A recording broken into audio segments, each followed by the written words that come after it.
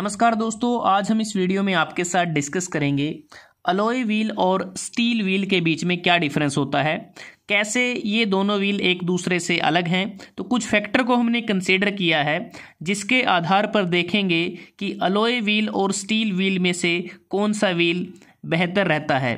तो सबसे पहले बात करते हैं मटेरियल की।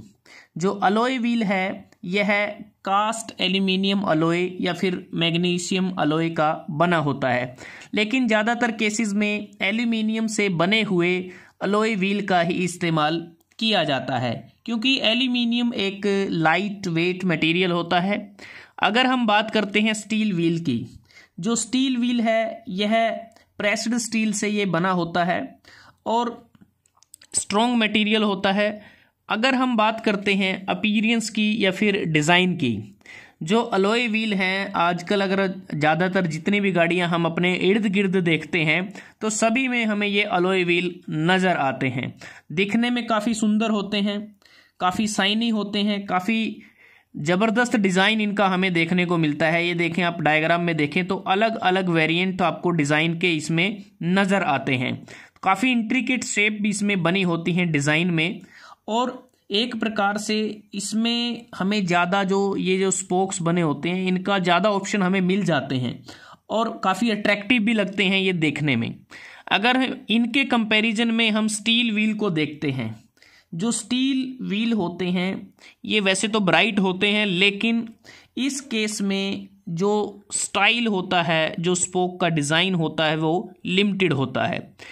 उसके बाद कास्ट एबिलिटी ऑफ रिम, जो ये अलॉय व्हील है इसमें अगर हम बात करें, इसको बड़ी आसानी से कास्ट किया जा सकता है। इसे कास्टिंग से भी बनाया जा सकता है, फोर्जिंग प्रोसेस के द्वारा भी बनाया जा सकता है। कारों में इस्तेमाल होने वाले अलॉय व्हील कास्टिंग के द्वारा बनाए जाते हैं। हैवी व्हीकल में इस्तेमाल होने वाले अलॉय व्हील फोर्जिंग प्रोसेस के द्वारा बनाए जाते हैं। जबकि जो स्टील व्हील होते हैं इनको कास्ट करना थोड़ा सा डिफ़िकल्ट रहता है। Number of pieces in a ream, इसका मतलब ये है कि जो रिम होता है वो कितने नंबर ऑफ पीसीज से मिलकर बना होता है।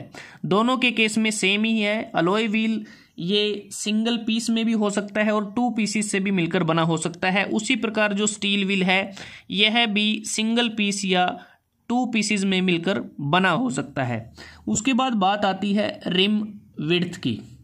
जो रिम विड्थ है, रिम विड्थ की अगर हम बात करें, ये वाला जो पोर्शन है कि इसकी जो रिम की जो विड्थ है वो अलॉय व्हील के केस में ज़्यादा होती है, और जिससे क्या है कि जो वाइडर रिम हमें मिल जाता है और इस पर हम क्या है कि वाइड जो टायर होते हैं उसको फिट कर सकते हैं, जिससे क्या है कि रोड का जो एडहेशन है वो बढ़ जाता है और व्हीकल को स्टेबिलिटी मिलती है।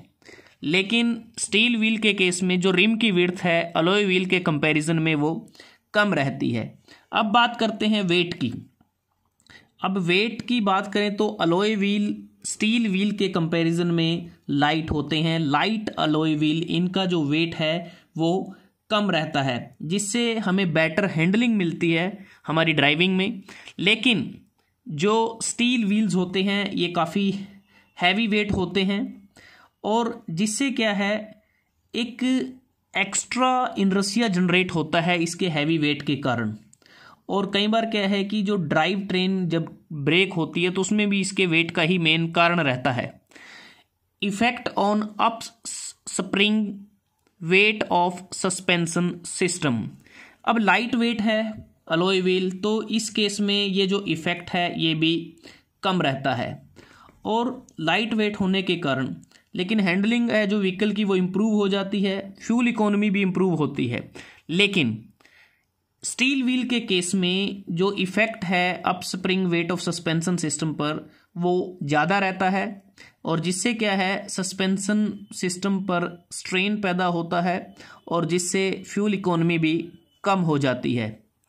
उसके बाद है ड्यूरेबिलिटी और डिफॉर्मेशन अंडर लोड। अब ड्यूरेबिलिटी की अगर हम बात करते हैं, अलॉय व्हील की जो ड्यूरेबिलिटी है वो कम होती है। इसका मतलब ये है कि कम मजबूत हम इसको कह सकते हैं, क्योंकि इसमें क्या है कि ये बैंड हो सकता है और इसमें जो क्रैकिंग है वो भी आसानी से आ जाती है। लेकिन जो स्टील व्हील होता है ये काफ़ी ड्यूरेबल होता है, काफ़ी मजबूत होता है, इसको आसानी से बैंड और क्रैक होने के चांसेस इसमें कम रहते हैं। डिफॉर्मेशन अंडर लोड की अगर हम बात करें, डिफॉर्मेशन अंडर लोड इसमें ज़्यादा होता है अलॉय व्हील के केस में, क्योंकि नॉर्मली क्या है कि इसमें क्रैकिंग आ जाती है, और जो डिफॉर्मेशन अंडर लोड है स्टील व्हील का अलॉय व्हील के कंपैरिजन में कम होता है। उसके बाद है हीट डिसिपेशन। हीट डिसिपेशन की अगर बात करें तो अलॉय व्हील के केस में हीट डिसिपेशन बहुत ही बढ़िया होता है, क्योंकि जो अलॉयज हम इसमें इस्तेमाल करते हैं वो बेसिकली गुड कंडक्टर होते हैं हीट के, और गुड कंडक्टर हीट के होने के कारण जो ब्रेक और टायर हैं उसके लिए हमें एक बिल्कुल कूलिंग रनिंग मिलती है, कूलर रनिंग मिलती है। तो एक प्रकार से ब्रेक और टायर से जो हीट डिसिपेट होता है वो बहुत ही बढ़िया होता है अलॉय व्हील के केस में। लेकिन जो स्टील व्हील है यहाँ पर अलॉय व्हील के कंपैरिजन में हीट डिसिपेशन कम होता है। दूसरी बात अगर हम देखें, यहाँ पर जो स्पोक्स बने होते हैं इसके जो डिज़ाइंस में, यहाँ से एयर भी ज़्यादा एंटर करती है तो कूलिंग रहती है, ज़्यादा हीट डिसिपेट हो जाती है। अगर यहाँ पर अगर हम स्लोट देखते हैं स्टील व्हील के केस में, काफ़ी कम एयर जो है वो एंटर करती है throughout the wheel as comparison to alloy wheel. उसके बाद है impact and fatigue strength. Impact and fatigue strength की बात करें, अलॉय व्हील की स्ट्रेंथ कम होती है और जो स्टील व्हील की जो स्ट्रेंथ है वो ज़्यादा होती है, काफ़ी स्ट्रोंगर होते हैं, और जिसके कारण ये वाइब्रेशन को, शॉक लोडिंग को ये बियर कर सकते हैं, और जो ग्रेवल्स के लिए रेजिस्टेंस प्रोवाइड करते हैं, कोई पीटिंग, कोई अगर कह सकते हैं रोड में कोई खड्डा वगैरह आ जाता है तो उसको भी काफ़ी आसानी से ये बियर कर सकते हैं, जो भी उससे शॉक लगने वाला है। उसके बाद है fuel efficiency. Fuel efficiency alloy wheel के केस में बहुत बढ़िया है, क्योंकि इसका ओवरऑल जो वेट है वो कम हो जाता है, क्योंकि जो व्हीकल का वेट भी कम होगा, क्योंकि जो अलॉय व्हील है उसका वेट कम है, और जो फ्लाई व्हील जो इफेक्ट होता है व्हील का वो कम एनर्जी को अब्जॉर्व करता है, और जिससे क्या है फ्यूल कंजप्शन की सेविंग होती है। जब हम गाड़ी को एक्सेलरेट करते हैं, स्पीड अप करते हैं, या फिर जिस टाइम हम गाड़ी को ब्रेक लगाते हैं, स्लो डाउन करते हैं, तो उन दोनों केसेस में जो रोटेशनल मासेस हैं वो कम होते हैं और फ्यूल कंजप्शन की सेविंग होती है। अलॉय व्हील के केस में ये सारी वजह होती है, इसका वेट कम है। लेकिन स्टील व्हील के कंपैरिजन में इसका बिल्कुल उल्टा होता है, जिसके कारण जो फ्यूल एफिशिएंसी है वो इस केस में कम होती है हैवी वेट होने के कारण। कोरोजन रेजिस्टेंस की अगर हम बात करते हैं, अलॉय व्हील काफ़ी एक्सीलेंट होते हैं कोरोजन रेजिस्टेंस के लिए, काफ़ी बढ़िया कोरोजन रेजिस्टेंस ये प्रोवाइड करते हैं। लेकिन जो स्टील व्हील है इनका जो कोरोजन रेजिस्टेंस है बहुत ही पुअर होता है, इसमें ईजिली रस्ट लग सकता है जब भी ये ह्यूमिड इन्वायरमेंट के कॉन्टैक्ट में आते हैं। रिपेयर की बात कर लेते हैं, अलॉय व्हील को आसानी से रिपेयर नहीं किया जा सकता, और इसके लिए अगर हम बात करें काफ़ी एक्सपेंसिव इसकी रिपेयरिंग होती है, या फिर हमें फ्रिक्वेंट क्लीनिंग की भी इसमें आवश्यकता पड़ती है अगर मेंटेनेंस की बात करते हैं। स्टील व्हील के केस में इसको बड़ी आसानी से रिपेयर किया जा सकता है, और क्योंकि जो स्टील व्हील है एक प्रकार से मेलिएबल भी होते हैं, और दूसरा इसमें अगर कोई बैंड वगैरह हो जाता है थोड़ा बहुत तो उसको हम सीधा हैमरिंग के द्वारा हैमर करके भी उसको ठीक किया जा सकता है।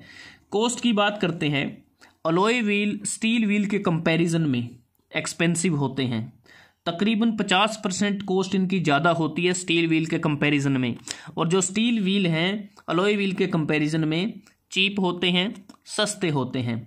उसी प्रकार से मटेरियल कॉस्ट की भी अगर हम बात कर लेते हैं, जो अलॉय व्हील का मटेरियल कॉस्ट है वो भी ज़्यादा एक्सपेंसिव होता है, जबकि स्टील व्हील का चीप होता है।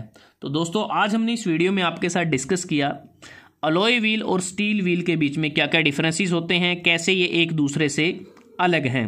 तो दोस्तों अगर आपको वीडियो अच्छा लगा आप इसको लाइक कर सकते हैं, शेयर कर सकते हैं अपने दोस्तों के साथ, स्टूडेंट्स के साथ। जल्दी हाजिर होते हैं एक नए वीडियो के साथ, तब तक के लिए धन्यवाद। आपका दिन शुभ रहे।